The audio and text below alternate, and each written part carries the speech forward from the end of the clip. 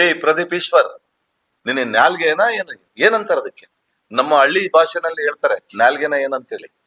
ಮನುಷ್ಯತ್ವ ಇದಾನೆ ನಿನಗೆ? ಸಾಂವಿಧಾನಿಕ ಹುದ್ದೆಯಲ್ಲಿ ಇದೆಯಲ್ಲ ನೀನೊಬ್ಬ ಜನಪ್ರತಿನಿಧಿ ಆಗಿದೆಲ್ಲ. ಏನೋ ಬಹಳ ಓದ್ಕೊಂಡ್ಬಿಟ್ಟಿದೀನಿ, ಬಹಳ ಶಾಲೆ ಕಾಲೇಜುಗಳು ಇದೇ ಮಾತಾಡದ? ನಿನ್ ತಂದೆ ತಾಯಿ ಇದೇನ ಕಲ್ಸಿರೋದ್ ನಿನಗೆ? ಮಾನ ಮರ್ಯಾದೆ ಇದೆನಾ ನಿನಗೆ? ನಾಚಿಕೆ ಆಗಲ್ವಾ ನಿನಗೆ? ಆ ಹೆಣ್ಮಕ್ಳ ಬಗ್ಗೆ ಮಾತಾಡ್ತೀಯಲ್ಲ ನೀನು, ಅಲ್ಪಸಂಖ್ಯಾತರ ಹೆಣ್ಮಕ್ಳ ಬಗ್ಗೆ. ದಾವಣಗೆರೆ ದಕ್ಷಿಣ ಕ್ಷೇತ್ರದಲ್ಲಿ ಏನ್ ನಡೀತಾ ಇದೆ ಅಂತ ನೋಡ್ತಾ ಇದೀಯ ನೀನು? ನೋಡಿದೀಯ ನೀನು? ಸ್ವಲ್ಪ ನಾಲ್ಗಿನ ಬಿಗಿ ಹಿಡಿದು ಮಾತನಾಡೋದ್ ಕಲಿ. ಏನ್ ತಿಳ್ಕೊಂಡಿದೀಯ ನೀನು? ಬಾ ನೀನ್ ದಾವಣಗೆರೆಗೆ, ನೀನ್ ಗಂಡ್ಸಾದ್ರೆ ಇಲ್ಲಿ ಅಲ್ಪಸಂಖ್ಯಾತರ ನಿನ್ ತಾಕತ್ ಏನಂತೇಳಿ ತೋರಿಸ್ಕೊಡ್ತಾರೆ ನನಗೆ. ಏನ್ ಜನ ಸುಮ್ನಿರ್ತಾರೆ ಅಂತೇಳಿ ಇಲ್ಲದೆಲ್ಲ ಗಾಂಚಲಿ ಮಾಡ್ತೀಯ ನೀನು? ಬಾ ನೀನ್ ನೋಡೋಣ ದಾವಣಗೆರೆಗೆ. ಏನು ಅಯೋಗ್ಯರ ನಾವು? ಯಾರು ಬಿಜೆಪಿ ಅವ್ರ ಅಯೋಗ್ಯರ ನಾವು? ನೀನ್ ಅಯೋಗ್ಯ, ನೀನ್ ಮುಟ್ಟಾಳ. ಮಾಧ್ಯಮ ಸ್ನೇಹಿತರಿಗೆ ನಮಸ್ಕಾರ. ಮೊನ್ನೆ ಮರು ಚುನಾವಣೆಯ ನಾಮಪತ್ರ ಸಲ್ಲಿಕೆಯ ಸಂದರ್ಭದಲ್ಲಿ ಶಾಸಕರಾಗಿರ್ತಕ್ಕಂಥ ಪ್ರದೀಪ್ ಈಶ್ವರ್ ಅವರು ಬಂದಿದ್ರು. ಅವರು ಮಾತಿನ ಭರಾಟೆಯಲ್ಲಿ ನಾನೇನೋ ದೊಡ್ಡ ಒಂದು ಮಾತುಗಾರ ಅನ್ನೋ ಒಂದು ನಿಟ್ಟಿನಲ್ಲಿ ಅವರೊಂದು ಮಾತು ಹೇಳಿದ್ರು. ಅವರಿಗೆ ಪ್ರದೀಪ್ ಈಶ್ವರ್ ಅಂತೇಳಿ ಅವ್ರ ತಂದೆ ತಾಯಿಯವರು ಬಹಳ ತುಂಬಾ ಒಳ್ಳೆ ಹೆಸರನ್ನ ಇಟ್ಟಿದ್ದಾರೆ, ಭಗವಂತನ ಹೆಸರನ್ನ ಇಟ್ಟಿದ್ದಾರೆ. ಆದ್ರೆ ಬಾಯಲ್ಲಿ ಬರೋಂತ ಮಾತುಗಳು ಅದರ ತದ್ವಿರುದ್ಧವಾಗಿದೆ. ಅವ್ರು ಹೇಳ್ತಾ ಇದ್ರು ಎಲುಬಿಲ್ಲದ ನಾಲ್ಗೆ ಅಂತ ಹೇಳಿ. ಎಲುಬಿಲ್ಲಪ್ಪ ನಾಲ್ಗೆ ಏನ್ ಬೇಕಾದ್ರೂ ಮಾತಾಡಿದ್ರೆ ನಡೆಯುತ್ತೆ ಅನ್ಕೊಂಡು ಭಾರತೀಯ ಜನತಾ ಪಕ್ಷದವರು ಅಯೋಗ್ಯರು, ಮುಟ್ಟಾಳ್ರು ಅಂತ ಹೇಳಿದರು.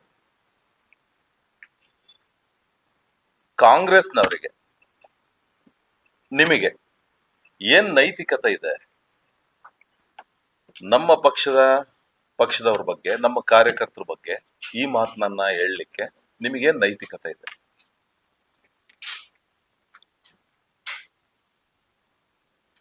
ದಾವಣಗೆರೆನಲ್ಲಿ ಸುಮಾರು 87,000 ಜನ ಅಲ್ಪಸಂಖ್ಯಾತರಿದ್ದಾರೆ. ಸುಮಾರು ವರ್ಷಗಳ ಕಾಲ ಅಲ್ಪಸಂಖ್ಯಾತರಿಗೆ ಕಾಂಗ್ರೆಸ್ನಿಂದ ಟಿಕೆಟ್ ಕೊಡ್ರಿ ಅಂತ ಹೇಳಿ ಕೂಗೆದ್ದಿತ್ತು. ಆದ್ರೆ ಕಳೆದ ಬಾರಿ ಚುನಾವಣೆಯಲ್ಲಿ ಶಾಮನೂರು ಶಿವಶಂಕರಪ್ಪನವರು ಇದು ನನ್ನ ಕೊನೆಯ ಚುನಾವಣೆ, ಅಂತ ಚುನಾವಣೆಯಲ್ಲಿ ನಿಮಗೆ ನಾನು 100ಕ್ಕೆ 100 ಟಿಕೆಟ್ ಅನ್ನ ಕೊಡಿಸಿ ಗೆಲ್ಸ್ಕೊಂಡ್ ಬರ್ತೀನಿ ಅಂತೇಳಿ ಅವರು ಮಾತನ್ನ ಕೊಟ್ಟಿದ್ರು ಅಲ್ಪಸಂಖ್ಯಾತರಿಗೆ. ಅವರು ದೈವಾಧೀನರಾಗಿದ್ದಾರೆ, ಸ್ವರ್ಗದಲ್ಲಿದ್ದಾರೆ. ಮತ್ತೆ ಕಾಂಗ್ರೆಸ್ನವರು ಒಬ್ಬ ಹಿರಿಯ ಶಾಸಕರಾಗಿರ್ತಕ್ಕಂಥವ್ರು, 6 ಬಾರಿ ಶಾಸಕರಾಗಿರ್ತಕ್ಕಂಥವ್ರು, ಅವರ ಮಾತನ್ನ ಉಳಿಸೋದು ಕಾಂಗ್ರೆಸ್ನವರ ಕರ್ತವ್ಯ ಆಗಿತ್ತು. ಯಾಕೆ ಮತ್ತೆ ಶಾಮನೂರು ಶಿವಶಂಕರಪ್ಪನವರು ಹೇಳಿದ್ದಂತ ಮಾತನ್ನ ಉಳಿಸ್ಕೊಳ್ಳಿಲ್ಲ ಇವರು? 87,000 ಜನ ಅಲ್ಪಸಂಖ್ಯಾತ ಮತದಾರರಿದ್ರು ಕೂಡ ಯಾಕೆ ಅಲ್ಪಸಂಖ್ಯಾತರಿಗೆ ಟಿಕೆಟ್ ಅನ್ನ ಕೊಡ್ಲಿಲ್ಲ ಇವರು? ಇದೇ ಶಿಗ್ಗಾಂವ್ನಲ್ಲಿ ಈ ಹಿಂದೆ ಅಜ್ಜಂಪುರ್ ಖಾದ್ರಿ ಅವರಿಗೆ 2-3 ಬಾರಿ ಟಿಕೆಟ್ ಅನ್ನು ಕೊಟ್ಟರು. ಮೊನ್ನೆ ದಿವಸನೂ ಕೂಡ ಯಾಸಿನ್ ಪಠಾಣ್ರವರಿಗೆ ಟಿಕೆಟ್ ಅನ್ನು ಕೊಟ್ಟರು. ಅಲ್ಲಿ ಅಲ್ಪಸಂಖ್ಯಾತರು ಎಷ್ಟು ಜನ ಇದ್ದಾರೆ? 60,000 ರಿಂದ 65,000 ಜನ ಅಲ್ಪಸಂಖ್ಯಾತರಿದ್ದಾರೆ ಶಿಗ್ಗಾಂವ್ನಲ್ಲಿ. ಆದ್ರೂ ಕೂಡ 4 ಬಾರಿ ಟಿಕೆಟ್ ಕೊಟ್ರು. ಮತ್ತೆ ಇಲ್ಲಿ ಅದಕ್ಕಿಂತ ಹೆಚ್ಚು ಇದ್ರಲ್ಲ, ಮತ್ತೆ ಇಲ್ಲಿ ಯಾಕೆ ಟಿಕೆಟ್ ಕೊಡ್ಲಿಲ್ಲ? ಈ ಬಾರಿ ಇತಿಹಾಸದಲ್ಲೇ 24 ಜನ ಅಲ್ಪಸಂಖ್ಯಾತರು ನಾಮಪತ್ರ ಸಲ್ಲಿಸಿದ್ದಾರೆ. ಇತಿಹಾಸದಲ್ಲೇ ಇಷ್ಟೊಂದು ಜನ ನಾಮಪತ್ರ ಸಲ್ಲಿಸಿರ್ಲಿಲ್ಲ. ಏನು ಶಾಮನೂರು ಶಿವಶಂಕರಪ್ಪರು ದೈವಾಧೀನರಾದ ನಂತರದಿಂದ ಅಲ್ಪಸಂಖ್ಯಾತರ ದೊಡ್ಡ ದೊಡ್ಡ ಕಾರ್ಯಕ್ರಮಗಳು, 21 ಕಾರ್ಯಕ್ರಮಗಳನ್ನು ಮಾಡಿದ್ದಾರೆ. ಅಲ್ಲಿ ಮಸೀದಿಲಿರ್ತಕ್ಕಂಥ ಮೌಲ್ವಿಗಳಿಂದ ಆದಿಯಾಗಿ ಅಲ್ಲಿರ್ತಕ್ಕಂಥ ಮತದಾರರು, ಸಾರ್ವಜನಿಕರು, ಅಲ್ಪಸಂಖ್ಯಾತರು ಎಲ್ಲರೂ ಕೂಗೆದ್ದಿತ್ತು. ಅವರೆಲ್ಲರೂ ಸಹಿತ ಈ ಬಾರಿ ನಮಗೆ ಟಿಕೆಟ್ ಕೊಡ್ಲೇಬೇಕು ಶಂಕರಪ್ಪನವ್ರು ಹೇಳಿದ್ದಾರೆ ಅಂತ ಹೇಳಿದ್ರು. ಮತ್ತೆ ಯಾಕೆ ಸ್ವಾಮಿ ಕೊಡ್ಲಿಲ್ಲ? ನೀವೇ ಹೇಳಿದ್ರಿ ಅಲ್ಲಿ ಯಾರಿಗೆ ಸಾಮರ್ಥ್ಯ ಇದೆ, ಯಾರು ಒಳ್ಳೆ ಅಭ್ಯರ್ಥಿ ಅಂತರಿಗೆ ಟಿಕೆಟ್ ಕೊಡ್ಬೇಕು ಅಂತ ಹೇಳಿ ನೀವ್ ಹೇಳ್ತಾ ಇದ್ರಿ. ಯಾಕಂಗಾದ್ರೆ ಅಲ್ಪಸಂಖ್ಯಾತರಲ್ಲಿ ಯಾರಿಗೂ ಸಾಮರ್ಥ್ಯ ಇಲ್ವಾ? ಯಾರು ಒಳ್ಳೆ ಜನನೇ ಇಲ್ವಾ ಅಲ್ಪಸಂಖ್ಯಾತರಲ್ಲಿ? ಮತ್ತೆ ಯಾಕೆ ಕೊಡ್ಲಿಲ್ಲ ಸ್ವಾಮಿ? ನೀವು ಬಿಜೆಪಿಯವರು ಅಲ್ಪಸಂಖ್ಯಾತರ ವಿರೋಧಿಗಳು ಅಂತ ಹೇಳ್ತಿರಲ್ಲ ನೀವು. ನಮ್ಮ ಅಬ್ದುಲ್ ಕಲಾಂ ಅವ್ರನ್ನ ರಾಷ್ಟ್ರಪತಿ ಮಾಡಿದ್ ಯಾರು ಸ್ವಾಮಿ? ಇದೇ ಭಾರತೀಯ ಜನತಾ ಪಕ್ಷದವರು. ನಮ್ಮವರೇ ಅವ್ರನ್ನ ರಾಷ್ಟ್ರಪತಿಯನ್ನಾಗಿ ಮಾಡಿರ್ತಕ್ಕಂಥದ್ದು. ಆಯ್ತು, ಮೊನ್ನೆ ಬಿಹಾರದಲ್ಲಿ ಚುನಾವಣೆ ನಡೀತಲ್ಲ, ಅಲ್ಪಸಂಖ್ಯಾತರಿಗೆ ಬಿಜೆಪಿಯಿಂದ 40 ಜನಕ್ಕೆ ಟಿಕೆಟ್ ಅನ್ನ ಕೊಟ್ರು ಬಿಹಾರದಲ್ಲಿ. ಅದರಲ್ಲಿ ಅರ್ಧಕ್ಕಿಂತ ಹೆಚ್ಚು ಜನರನ್ನ ಗೆಲ್ಸ್ಕೊಂಬಂದ್ರು ನಮ್ಮವರು. ನೀವೇನ್ ಮಾಡಿದ್ರಿ? ಮೊನ್ನೆ ದಿವಸ ಕಾಂಗ್ರೆಸ್ ಸಭೆ ನಡೀತು ದಾವಣಗೆರೆನಲ್ಲಿ, ಬಿಜೆಪಿ ಕಚೇರಿನಲ್ಲಿ, ಕಾಂಗ್ರೆಸ್ ಕಚೇರಿನಲ್ಲಿ ಮೊನ್ನೆ ಕಾಂಗ್ರೆಸ್ ಸಭೆ ನಡೀತು. ಸಭೆ ನಡೆದಾಗ ನಿಮ್ಮವ್ರು ಏನ್ ಹೇಳಿದ್ರಿ? ಅಲ್ಪಸಂಖ್ಯಾತರಿಗೆ 500 ರೂಪಾಯಿ ಕೊಟ್ರೆ ಸಾಕು, ಒಂದು ಬಿರಿಯಾನಿ ಕೊಟ್ರೆ ಸಾಕು, ಅವ್ರು ನಮಗ್ ಮತ ಹಾಕ್ತಾರೆ ಅಂದ್ರು. ಹಂಗಾರೆ ಅಲ್ಪಸಂಖ್ಯಾತರನ್ನ 500 ರೂಪಾಯಿಗೆ ಒಂದು ಬಿರಿಯಾನಿಗೆ ಅಷ್ಟೇ ಸೀಮಿತನಾ?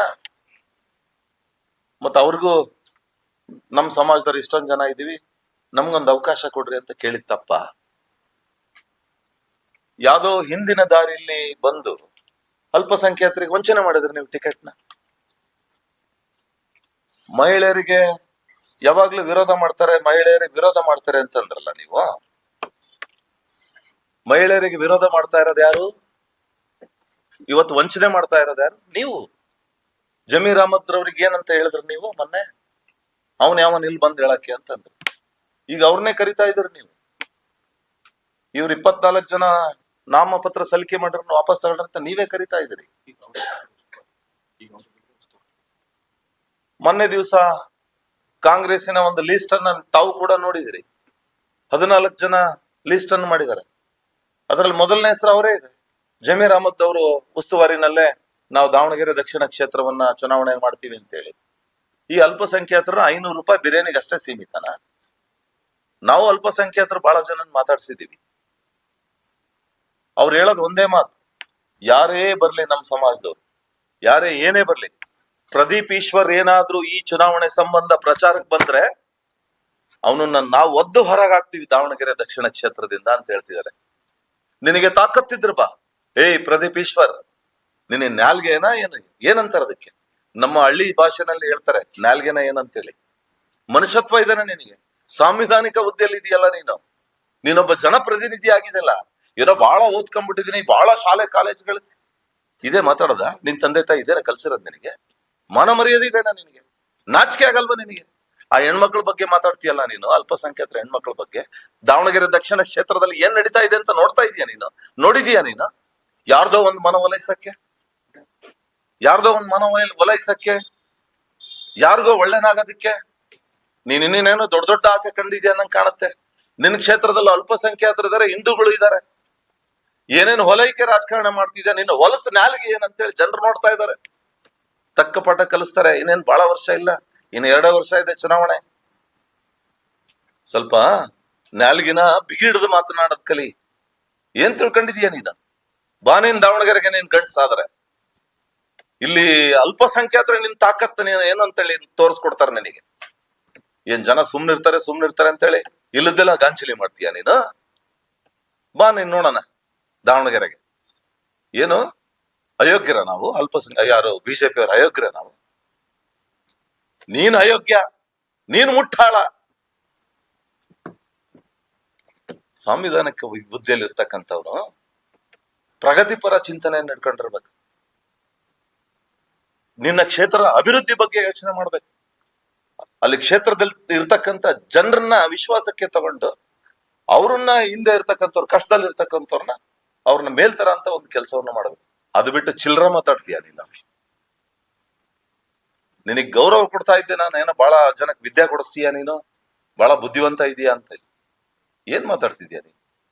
ಬಾ ನೀನ್ ನೋಡ್ತೀನಿ ದಾವಣಗೆರೆ ಕಾಲಿಡು ನೀನು, ನೀನ್ ಗಂಡ್ಸಾದ್ರೆ.